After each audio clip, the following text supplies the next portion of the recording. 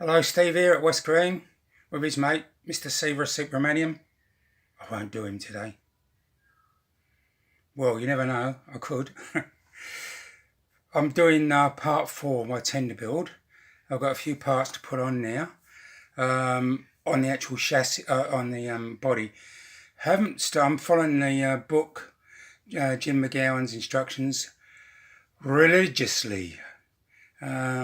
I'm doing exactly as he says, very methodical. Yeah, so that's what I'm doing. Let's turn this off. Come on. So I've had a bit of a clean up. When I finish every night, I actually soak this in a mixture of water and baking soda, or what do I call it? Bath salts, because their bath salts are alkaline. So obviously neutralises the acid flux. So I soak it in there for a while, bring it out, clean it up. I've got this stuff here. I'll show you what I've got. This is what I've got. It's an Indian cleaning product. It's a pink powder. A mate of mine, Chris, he put me onto this stuff. It's good for all sorts of steel, copper, brass, aluminium, iron, silver, cleaning your teeth, washing out the cars, everything. Anyway, because he's married to a Fijian Indian lady. God, he'd get some good nosh at home. Anyway, so, and he told me it's called Pitambari powder. So I went to this is a absolutely true story. I do not lie. So I went to this Indian grocer's and I said, "You got any Pitambari powder?" Anyway, I don't know. Maybe it was just me. Maybe he didn't understand English. He did. Anyway, so my old boss at work, Sangeeta, so I rang her up because I asked her where she could get it. Anyway, I said, "We can't get this Pitambari." And she said, "No, you've got to ask for Pitambari." So he pronounced it as Pitambari powder. That's right, that's what happened. He said Pitambari powder. So I went and asked for Pitambari powder and didn't get it. So eventually he said Pitambari. Just like old Super Seaver, what's his name? That geezer. Man of an alien, Seaver Supermanian. Station Master West Green. You must call it Pitambari powder. And it's really good. I put it on with a alright, I jest, I muck around. You put it on with a toothbrush. I've got an electric toothbrush. Heck, it's good for cleaning your teeth. Now, I've got some old, I'll use an electric toothbrush, but I keep these old ones. So I still use the electric toothbrush, not the heads.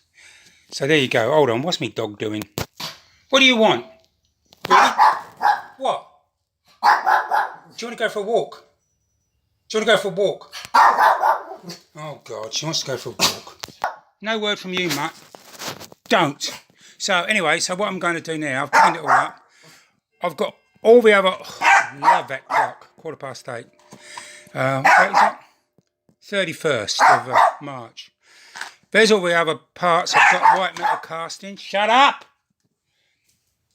You rotten hound.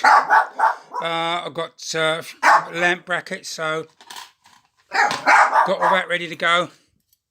Lucky I got I've got a bench grinder. Well, actually, it's a floor grinder. I haven't got it mounted. So I sharpen up a couple of old. These are naff old needle files. They're not good ones. I'll do that. And the other thing I've done, I've got 2 soldering irons here. I've got this 60-30 watt job and a temperature control one. The other thing I did this morning, I'll put these on the grinder. So there you go. That's what I'm up to. There's 4 lamp brackets that go on the back of this tender. One goes there at the top. One there, one in the middle, one there. So I've got to fold them up. I've got 4 of them. I've got to fold these up and attach them. If there's one job I hate on kits, and I don't care whose kit it is, I don't care if it's a Jim McGowan, the best kit you can buy kit. I hate lamp brackets. They ping all over the floor if you're not careful. You lose them on the carpet monster. I eat that. So I've folded them up and soldered them. I've tinned, I've got one on. Is it better? You can see that. And I've tinned there and there. I use 60-40. This is a 60 watt iron, big mother. Because I reckon the best thing you can do is get loads of heat onto it so that the solder flows, loads of flux. Just don't treat the flux like it's single malt Scotch whisky, you know. Use lots of it. Get in, get the heat on and out quickly, then clean it up. So that's what I'm going to do now. Put this second one on. I've got one in here. You still got to watch it ping all over the place. I hate the swines. Welcome back. I took my dog Ruby for a walk after she barked this morning. So that was I got back here about 9:30. And I've been working on the tender again, following Jim's instructions, almost like a Pharisee to the letter of the law. So what I've done, I put the tank filler on. That's used epoxy for that.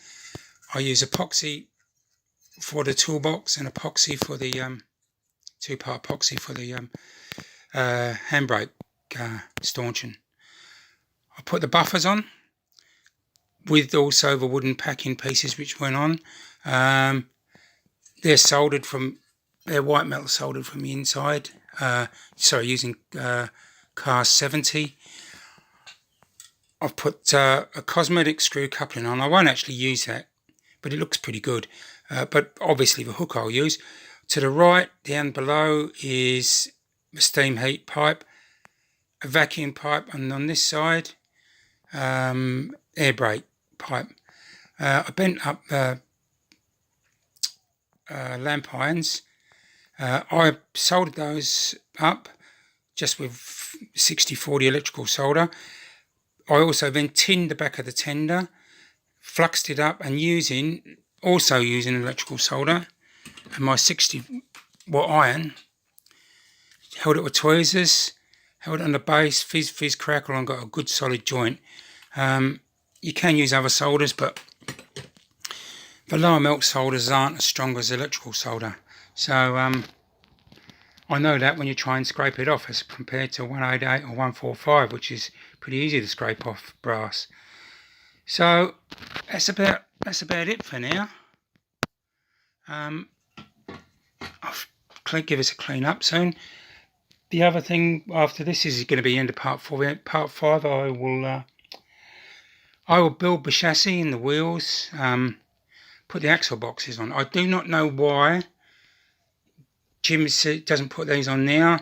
He builds the chassis, then puts them on. I don't know why, but there might be a reason, so I'm going to do that as well. I was tempted to put it all on, but I didn't. Anyway, I'm out of here. Thanks for watching.